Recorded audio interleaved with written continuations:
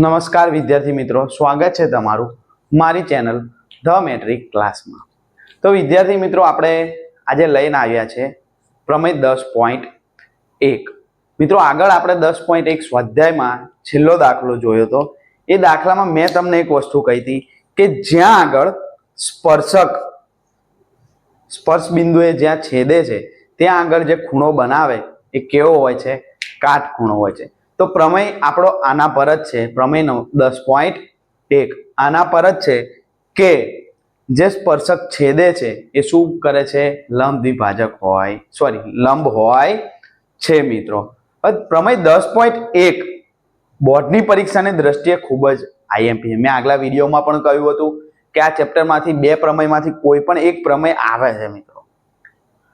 આપણે આગલા વર્ષનું 2025નું બોર્ડનું પેપર જો ઉઠાઈને જોઈશું તો પ્રમેય 10.2 પૂછાયો છે। તો આ વર્ષે 10.1 પ્રમેય પૂછવાની શક્યતા ખૂબ જ વધી જાય છે। તો મિત્રો, આ પ્રમેય બોર્ડની દ્રષ્ટિએ ખૂબ જ આઈએમપી છે। તો મિત્રો, આ પ્રમેય આપણે સારી રીતે શીખીશું। બોર્ડની પ્રિપેરેશન માટે ખૂબ જ ઇમ્પોર્ટન્ટ છે। 3 માર્ક્સમાં પ્રમેય પૂછાય છે મિત્રો। ચલો શરૂઆત કરીએ પ્રમેયની। પ્રમેય 10.1। સૌપ્રથમ પ્રમેય લખતા પહેલા પ્રમેયનું કૃત્ય લખીએ।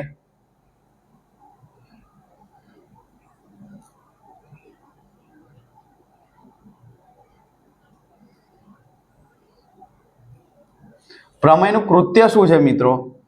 તો કે વર્તુળના કોઈ બિંદુ આગળ દોરેલ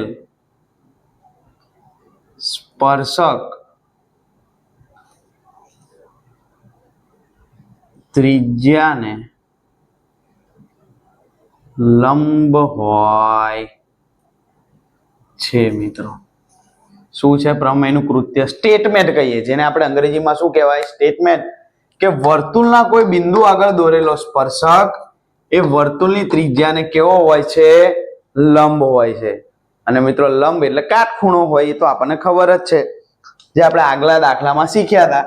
પણ આ કૃત્ય પરીક્ષામાં સ્ટેટમેન્ટ તમને બેઠું પૂછે છે। વિભાગ સી માં પ્રશ્ન 3 માર્ક્સનો પૂછાય છે કે વર્તુળના કોઈ બિંદુ આગળ દોરેલો સ્પર્શક એ ત્રિજ્યાને કેવો હોય છે? લંબ હોય છે।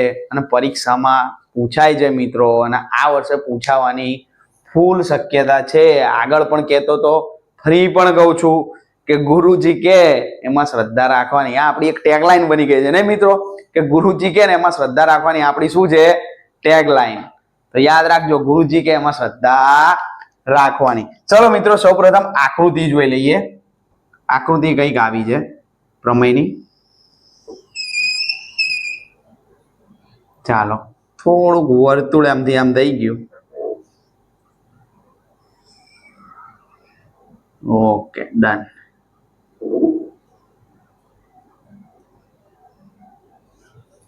ચાલો, વર્તુળનું કેન્દ્ર દોરી દઈએ, ત્રિજ્યા દોરી દઈએ, સ્પર્શક દોરી દઈએ મિત્રો। બરોબર, નામ આપી દે। ઓ કેન્દ્ર છે, જે સ્પર્શ આગળ જે સ્પર્શ બિંદુ છે પી દોરી દે। અહીં આગળ આપણે ક્યુ ની જરૂર છે। એ કેમ જરૂર છે એ હું તમને સમજાવીશ। ચલો મિત્રો, આને નામ આપી દે એક્સ, આને નામ આપી દઈએ વાય। ચલો મિત્રો, આવી કઈક આકૃતિ છે। હવે આગળ આપણે પ્રમેય શીખી ગયા છે મિત્રો। એક પ્રમેય થેલ્સનો પ્રમેય આપણે શીખી ગયા છે, અને એમાં પણ મેં કહ્યું હતું એ મુજબ પ્રમેયને મુખ્ય 3 બાબતો ભૂલવાની નહીં। કઈ? પક્ષ, સાધ્ય અને સાબિતી। આ પ્રમેયમાં લખશો તો તમને એના ગુણ ભરીને મળશે, ટોપલા ભરીને મળશે મિત્રો। તો પક્ષ શું આવે? સાધ્ય શું આવે? સાબિતી શું આવે મિત્રો? તો પક્ષ, સાધ્ય અને સાબિતી। ચાલો મિત્રો, ચર્ચા કરીએ પક્ષ, સાધ્ય અને સાબિતી। હવે તમે ચોપડીમાં આ પ્રમેય જોશો 10.1, તો એમાં તમને પક્ષ, સાધ્ય, સાબિતી એવું આપ્યું નથી, પણ આપણે લખીએ છીએ। કેમ? કારણ કે એક તો પહેલા કોઈ પણ પ્રમેય હોય તો એને પક્ષ સાધ્ય સાબિતી સ્વરૂપે લખવો પડે. બીજું કે પક્ષ સાધ્ય સાબિતી સ્વરૂપે લખશો તો આ પ્રમેયના તમને માર્ક્સ સારી રીતે મળશે. જે પેપર ચેકર હશે એમને ઈઝી પડશે ચેક કરવામાં. પરીક્ષામાં 3 માર્ક્સમાં આવો પ્રશ્ન વિભાગ સી માં પૂછાય છે કે વર્તુળના કોઈ બિંદુ આગળ દોરેલો સ્પર્શક ત્રિજ્યાને કેવો હોય છે? લંબ હોય છે. ત્યારે સમજી જવાનું કે આપણો પ્રમેય આવી ગયો અને આ વર્ષે પાક્કી શક્યતા છે કે આ પ્રમેય પૂછાવાનો છે મિત્રો. ચાલો શીખીએ.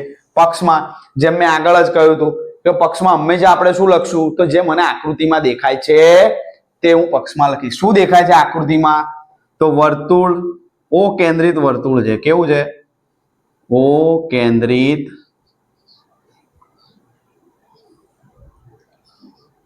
વર્તુળ છે. ત્રિજ્યા કોણ છે ભાઈ? ત્રિજ્યા શું છે? તો કે ત્રિજ્યા ઓપી છે. કોણ છે? ઓપી શું છે? આપણી ત્રિજ્યા છે. વર્તુળનો સ્પર્શક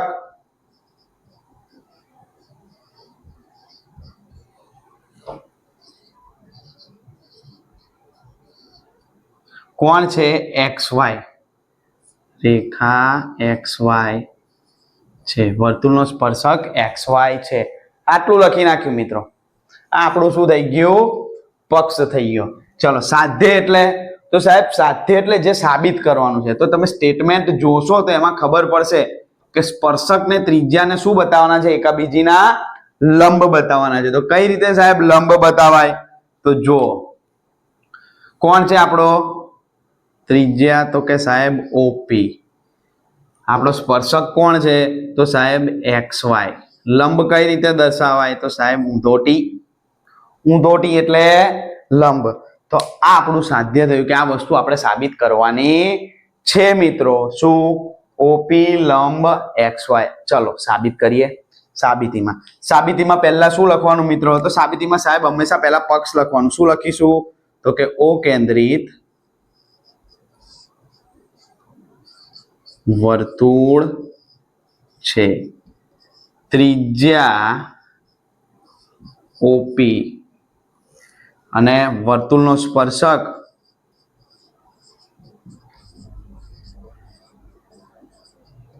એક્સ વાય છે. બરોબર. જે હવે આગળ લખીએ. વર્તુળનું સ્પર્શ બિંદુ. વર્તુળનું સ્પર્શ બિંદુ શું છે? પી છે. ચાલો આટલી ખબર. વર્તુળનું ના લખો અને સ્પર્શકનું સ્પર્શ બિંદુ લખો તો પણ ચાલશે. ચાલો સ્પર્શકનું લખી દે. સ્પર્શકનું સ્પર્શ બિંદુ કોણ છે? પી છે. આ રંગ. હવે એક રેખા મેં વધારાની દોરી છે. જો ઓ ક્યુ. તો એ લખી દઈએ આપણે. ચાલો મિત્રો કે એક્સ વાય પર વર્તુળનું બહારનું બિંદુ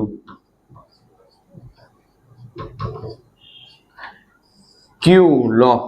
શું લીધું? ક્યુ લો. આ ક્યુ લીધું. વર્તુળની બહારનું બિંદુ અને શું કરો? ઓ ક્યુ રચો. શું કરો? ઓ ક્યુ. જે આકૃતિ મેં કર્યું છે ને એ જ લખવાનું છે. ઓ ક્યુ રચો. તો ઓ ક્યુ રચી દીધું. હવે તમે જુઓ છો કે બિંદુ ક્યુ ક્યાં છે? વર્તુળની બહારનું બિંદુ છે.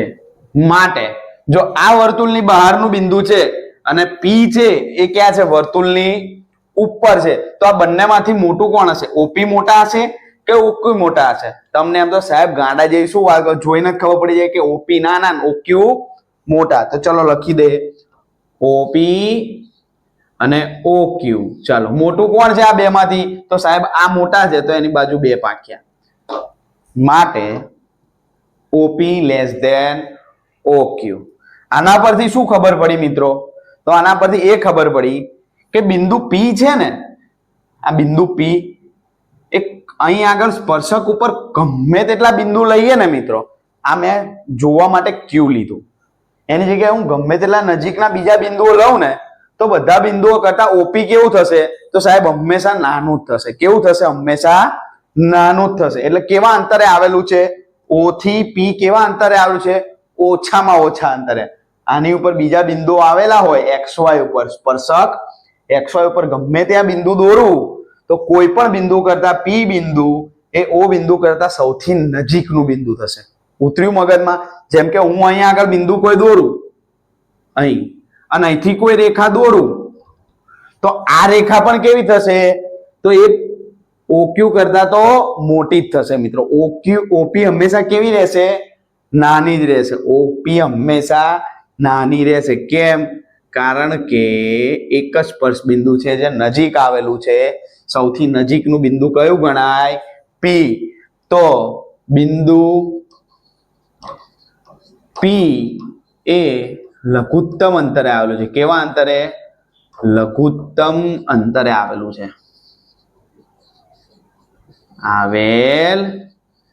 અને લઘુત્તમ અંતરે હોય મિત્રો તો એ હંમેશા શું બનશે? લઘુત્તમ અંતરે હોય તો એ હંમેશા શું બનશે? લંબ જ બનશે મિત્રો. શું બનશે? લંબ બનશે. માટે આપણું સાબિત થઈ ગયું OP લંબ XY. આ આપણો પ્રમેય સાબિત થઈ ગયો મિત્રો. કેટલો ઈઝી, કેટલો ઈઝી, કઈ જ યાદ રાખવાનું નથી. આમાં જો એક લાઈન બે વાર એ તમે એકવાર લખશો તો પણ ચાલશે. આટલો ઈઝી પ્રમેય તમને ચોપડીમાં જોઈને પણ ખબર પડશે નહીં મિત્રો. તો પ્રમેય કેવો લાગ્યો? કેટલો ઈઝી છે. કંઈ જ કરવાનું નથી, બધું આકૃતિ પર ઢોળી દેવાનું. આકૃતિ પરથી જ લખવાનું છે મિત્રો. આ પ્રમેય હું ગેરંટી આપું 3 માર્ક્સમાં આવશે. કેટલા માર્ક્સમાં? 3 માર્ક્સમાં. બોર્ડના આગલા પેપરમાં 10.2 પૂછાયો છે તો આ વખતે 10.1 પૂછવાની ફૂલ શક્યતા છે. ગુરુજી કે એમાં શ્રદ્ધા રાખજો. બરોબર, જોઈ લો પ્રમેય મિત્રો. પ્રમેય કેવો લાગ્યો કમેન્ટ કરજો મિત્રો.